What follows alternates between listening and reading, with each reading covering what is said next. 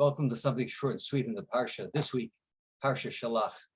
I think it could be said that a major theme in the Parsha is that it's not necessarily what you see, it's the response to what you see.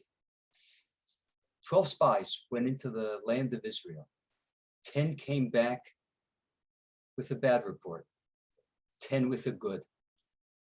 They saw the exact same thing, and yet the response was world of difference.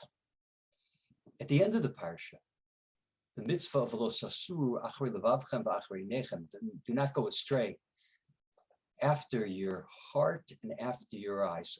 The Mefarshim ask, it seems to be out of order for a person first sees something and then he desires it. As the Gemara says, that without a mental image, how can one possibly desire something?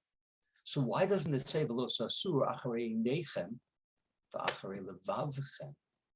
Especially since Rashi on that very same pasuk writes that halev v'ha'inayim meraglim laguf, the eyes and the heart, they are like spies for the body. They are sirsurim, they are brokers. How so? So Rashi explains. The eye sees, the heart desires, and the body then goes out and does the avera. Clearly Rashi is saying, how do things start? How does the problem start? It starts with the eye that sees. So why does the pasuk say, Lo sasu achrei levavchem v'achrei nechem, after your heart and after your eyes? So the Lutzka Rav Zalman Sorotzkin, he answers so beautifully.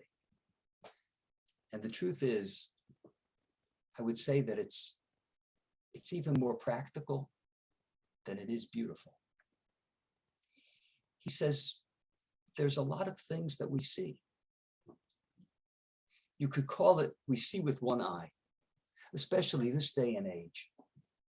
There is so much out there which is vying for our attention, for us to see, for us to hear.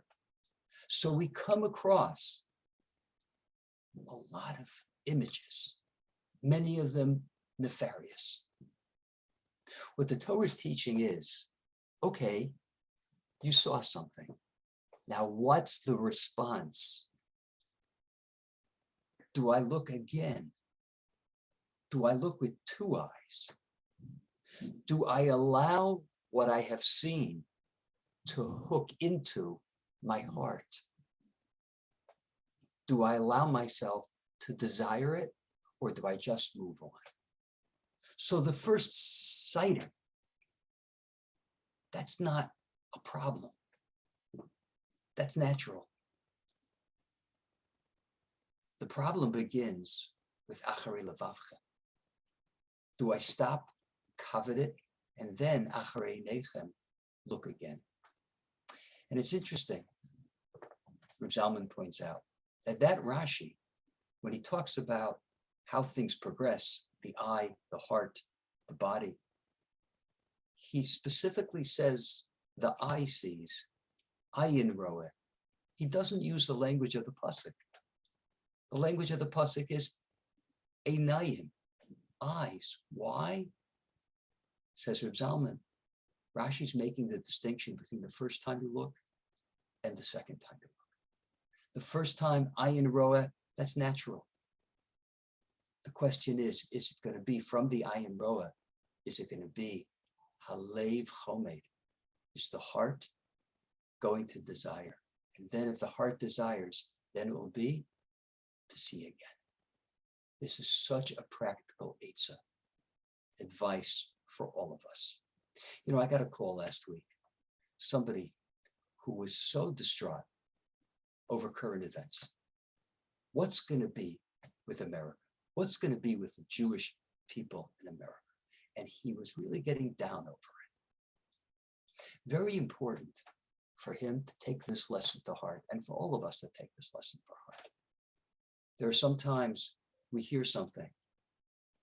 The question is, are we going to ruminate over it or perseverate over it? Or are we just going to turn it off?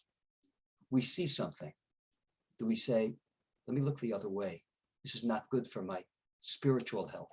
It's not good for my emotional health. That's what the Torah is teaching us by saying the real problem begins with the leiv chomed. So we see from the beginning of the parsha and the end of the parsha, it's not necessarily what we see, it's the response. The Meraglim, the spies, they saw a beautiful land and they looked at the issues, they looked at the negative parts of it. Kalev and Yehoshua saw that same beautiful land and they said, Tova ha'aretz ma'od ma'od, it is so good. They saw the good, they magnified the good. The difference between the two was incredible. And in the end of the parsha, it's acharei levavchem va'acharei einechem. If we just see something, that's really not going to hurt. That's part for the course. That's natural.